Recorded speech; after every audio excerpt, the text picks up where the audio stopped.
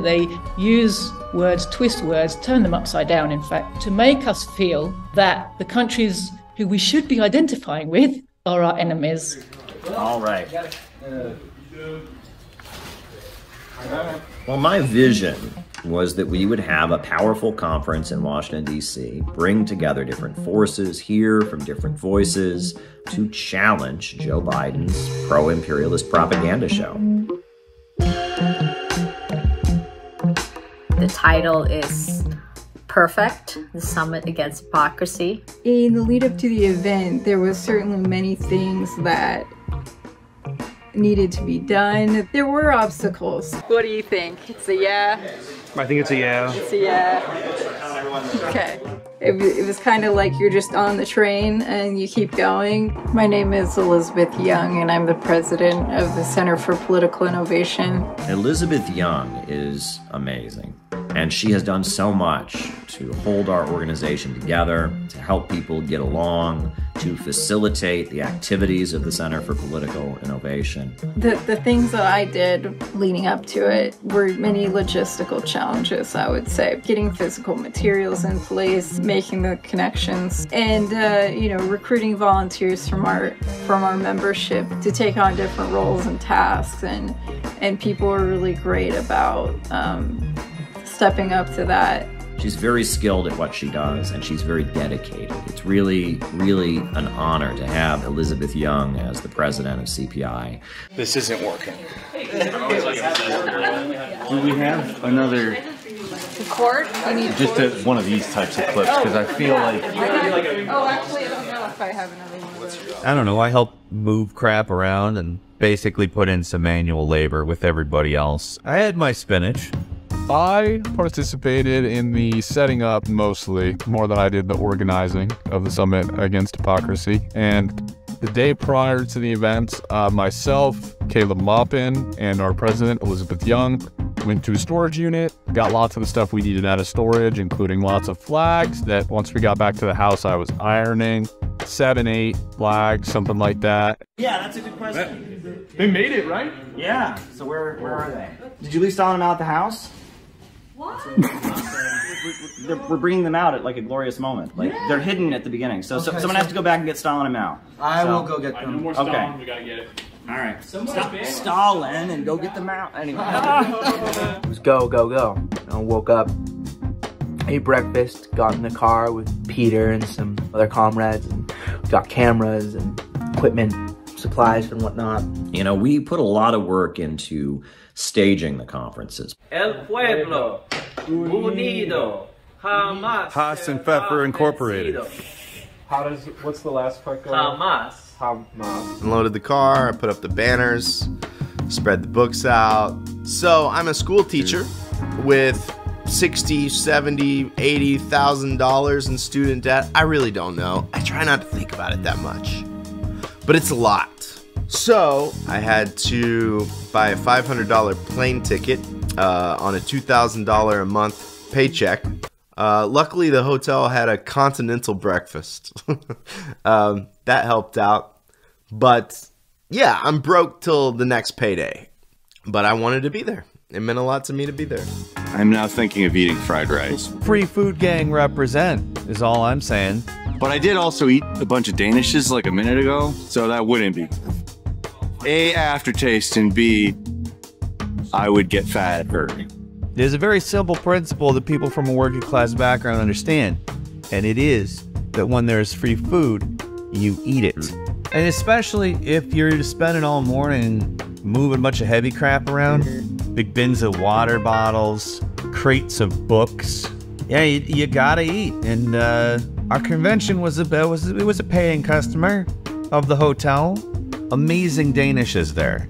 Our political opponents, people in the ruling class, the class enemies, spend a long time staging propaganda for imperialism, staging events to stir people up to support war. You look at the Democrat convention, the Republican convention. So it's necessary for those of us who are serious about building a socialist community to work hard to make our events well staged and well put together, practicing the opening ceremony, making sure that everything goes the way it should go. We put a lot of work into that, and I think that's important. And, you know, you have to practice things. So after Jetta, when Garland is done speaking, Jetta will then call Peter up to the podium, and even if it's not 3 o'clock yet, we'll go right into the next one. Second panel. After that second panel is over, Peter's going to call me up, and I'm going to invite people to do our White House thing. The other thing is, we really want to get this room looking as clean as we possibly can. The next thing we got to do is that when the sound is set up, we'll practice the opening ceremony then. I think we're good to go. You hear these words, human rights and democracy, and you just think, good, that has to be good, freedom, liberty, human rights, democracy.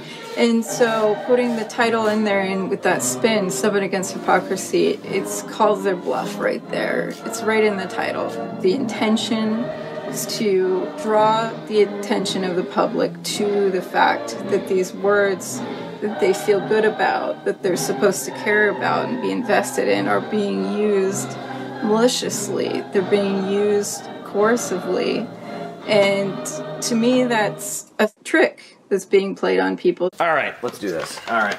Okay. Shall we? Okay. We know you through different names. Some of us know you through the Talmud and the Torah. Some of us know you through Jesus and the Bible. Some of us know you through the Quran and the Prophet Muhammad.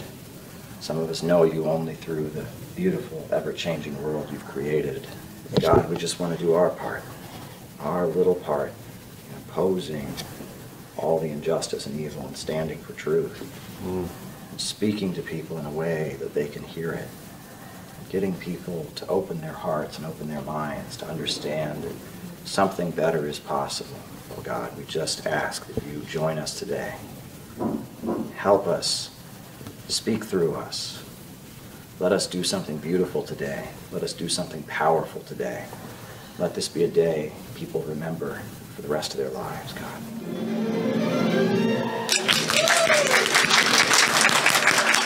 CPI represents the only alternative to what we're hearing from the burn it down, tear it down, synthetic left. Fear is a part of our tactics. A lot of people think that we're like burning our city down and we're rioting and destroying everything.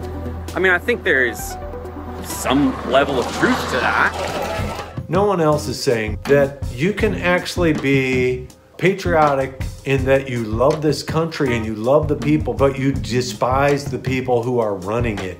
We want to build a better America.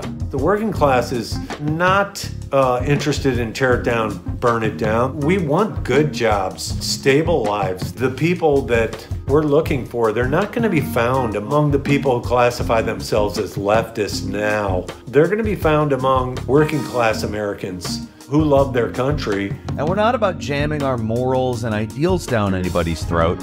We're about reaching people and attempting to spread knowledge. And that means you're going to disagree with some people at some times. That said, no one is less of a person because they think something different about how the economy is going to be run, or because they don't understand a cultural issue, or because they don't like the way they feel like they're being pressured to act within society. Yeah, it's certainly possible for that stuff to be messed up, but if our assumption is just that everybody's like evil, a fascist is a fascist, we're not going to get anywhere. And if you've got that in mind, it should be obvious why we would have somebody like Scott Ritter to speak. Like, he's got this cool idea, I forget what it's called. Oh yeah, not having a nuclear war. I am the epitome of a Reagan Republican. I grew up child of a Cold War. My dad was career military, and the first president I voted for was Ronald Reagan. I believed in war.